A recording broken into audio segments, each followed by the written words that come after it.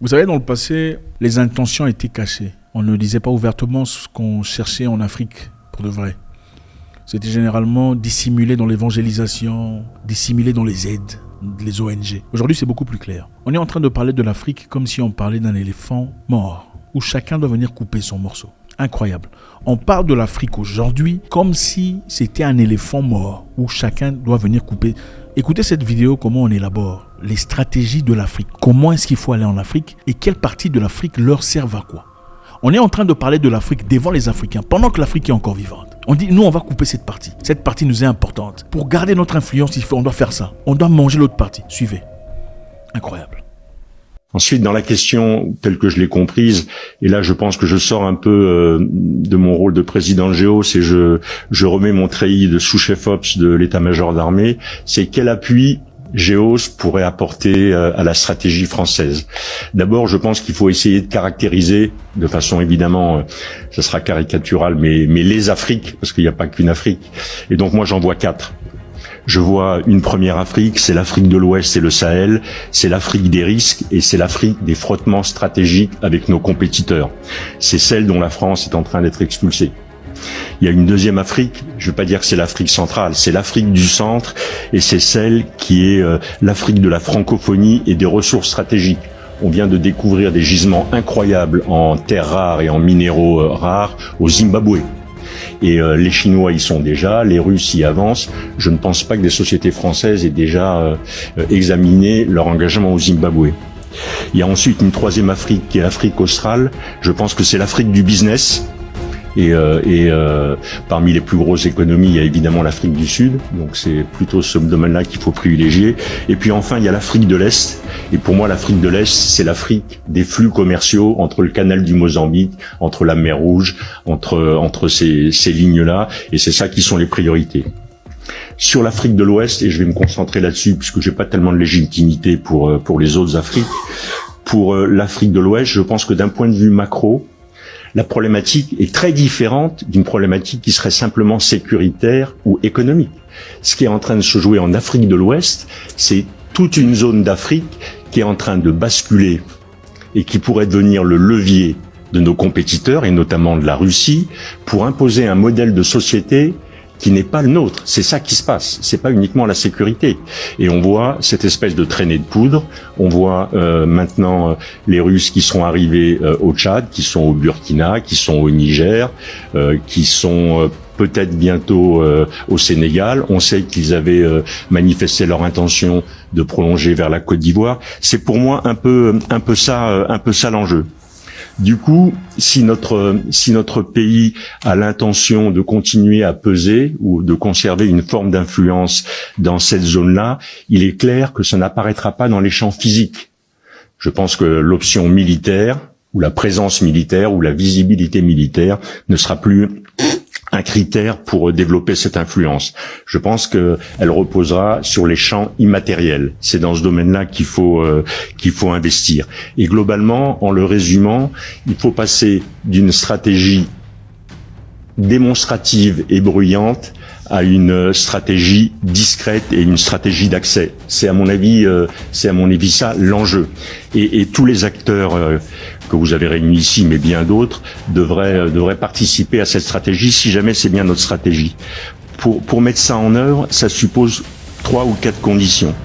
D'abord, c'est que l'État bénéficie d'un réseau d'entreprises de confiance. Et là, il faut déterminer ça. Quels sont les critères? Comment on les détermine? Comment on le valide? Est-ce qu'il faut le légaliser? Est-ce que c'est simplement de l'interpersonnel? Mais en tout cas, il y a un sujet là. La deuxième, c'est que l'État ait la capacité et les mains qui soient un peu plus ouvertes sur les capacités d'externalisation, de transfert d'un certain nombre d'actions régaliennes. Il faut trouver la bonne ligne de séparation des eaux vers des entreprises privées. Je sais que c'est déjà le cas, notamment pour DCI et Expertise France, mais il faut revoir ça dans son ensemble. La troisième chose, elle a été dite, c'est que finalement, il faut sortir de la logique d'offre pour être dans une logique de réponse à la demande. Et dans ce domaine-là, il faut aussi être capable de susciter la demande. Il ne faut pas l'attendre, il faut la susciter. Mais en tout cas, il faut sortir de la logique on va vous fournir que des pneus gauches de camion si jamais il leur faut un pneu gauche et un pneu droit. C'est quand même un peu ce qui s'est passé pendant un certain temps. Et puis enfin, et c'est aussi une des conclusions qui a été évoquée, il nous faut avoir une structure qui soit une structure capable d'intégrer de nombreuses capacités. Je pense que un des sujets de l'influence, un des sujets des capacités à développer, c'est pas tant les métiers. On a des gens qui sont très bons dans les métiers. C'est la capacité à coordonner tout ça. La solution à l'influence, la solution aux crises, elle est pas tant dans le matériel, elle est pas tant dans l'expertise, elle est dans la capacité à coordonner. C'est ça qui détermine l'efficacité. Et c'est là qu'on doit aller. Un dernier mot encore pour dire qu'est-ce qu'on pourrait faire ou comment on pourrait essayer d'expérimenter ça. Je me suis posé la question quand j'ai lu la volonté ou la décision politique de réduire profondément nos effectifs prépositionnés outre-mer. Je me suis dit qu'est-ce qu'on pourrait faire pour illustrer ce que je viens de dire. Eh bien voilà ce que l'on pourrait faire. On pourrait se faire demander, évidemment c'est pas une offre, mais on pourrait se faire demander que l'ensemble Port-Bouët, Port, aéroport d'Abidjan et Lomo Nord soient transformés en camps multinationaux de mise en condition opérationnelle des contingents qui vont participer à des opérations, que ce soit des contingents africains ou que ce soit des contingents européens.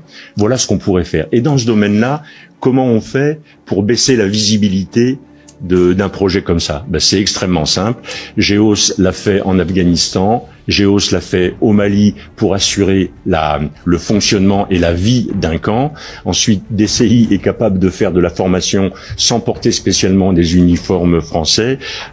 Expertise France est capable de faire le reste. Et là, on a un projet, dès lors que les Africains nous le demanderaient, qui serait d'abord intégré avec tout ce qu'on est capable de faire sur les mines, sur la formation médicale, sur la formation militaire, sur la livraison de matériel. On peut aller plus loin, on devrait aller plus loin. Cet intégrateur, il devrait être capable de balayer le champ depuis l'humanitaire jusqu'à la formation militaire, du culturel jusqu'à l'entraînement de gens sur le camp de Lomo Nord, qui est un champ de tir assez connu. C'est un peu ça que je vois comme capacité d'intégration. C'est un peu comme ça que je vois la façon dont notre pays pourrait conserver une forme d'influence en Afrique, tout en respectant évidemment et tout en obéissant aux instructions qui nous ont été données ou qui ont été données par le pouvoir politique. Voilà, ça c'est un exemple particulier. Je pense que on peut les multiplier à l'envi. Il faut simplement qu'on ait envie de faire quelque chose comme ça. Monsieur le vice-président, j'en ai fini. Merci, monsieur mon général, d'avoir développé les quatre métiers de GEOS. Je vais donc laisser la parole maintenant à monsieur Fringant, qui est le président directeur général de Défense Conseil International. Monsieur le Président, Mesdames, Messieurs les parlementaires, chers amis, merci de me donner l'occasion de m'exprimer. DCI, Défense Conseil International, a un statut très particulier. Nous opérons plutôt dans l'ombre. En tous les cas, c'est un honneur d'être devant vous aujourd'hui. Nous sommes un outil de coopération et de rayonnement de la France depuis plus de 50 ans, mais comme vous allez pouvoir le constater, malgré ces 50 ans d'existence, nous sommes un outil neuf en termes d'influence française en Afrique. Pour éclairer mon propos, si vous me permettez, j'articulerai celui-ci en 3 temps. Dans un premier temps, très rapidement, je rappellerai en quoi, et je vous exposerai en quoi DCI est un outil d'influence très particulier au bénéfice ou à la disposition du ministère des Armées, avant d'évoquer devant vous la stratégie que DCI a retenue ces dernières années pour se positionner comme outil d'influence en Afrique. Et enfin, je terminerai en évoquant les résultats intéressants que nous avons pu obtenir ces toutes dernières années, et notamment durant l'année écoulée. Premier point en quoi DCI est un outil d'influence de la France et plus particulièrement du ministère des Armées. Pour aller à l'essentiel, je pense qu'il est important de revenir à la genèse, à la création de DCI. 1972, DCI a été créé pour accompagner les grands contrats d'export à l'armement et assurer la formation opérationnelle dans le cadre de ces grands contrats d'export. Et donc c'est en qualité d'auxiliaire et afin de ne pas obérer la capacité opérationnelle de nos forces que, sur décision et à l'initiative du ministère des Armées, cet organisme a été créé. Peu à peu, avec le temps, et en qualité d'opérateur du ministère des Armées, DCI a été chargé d'assurer plus largement des transferts de savoir-faire opérationnel des armées dans l'ensemble de leurs domaines de compétences, y compris les plus critiques, et en intégrant les savoir-faire de la Direction générale de l'armement.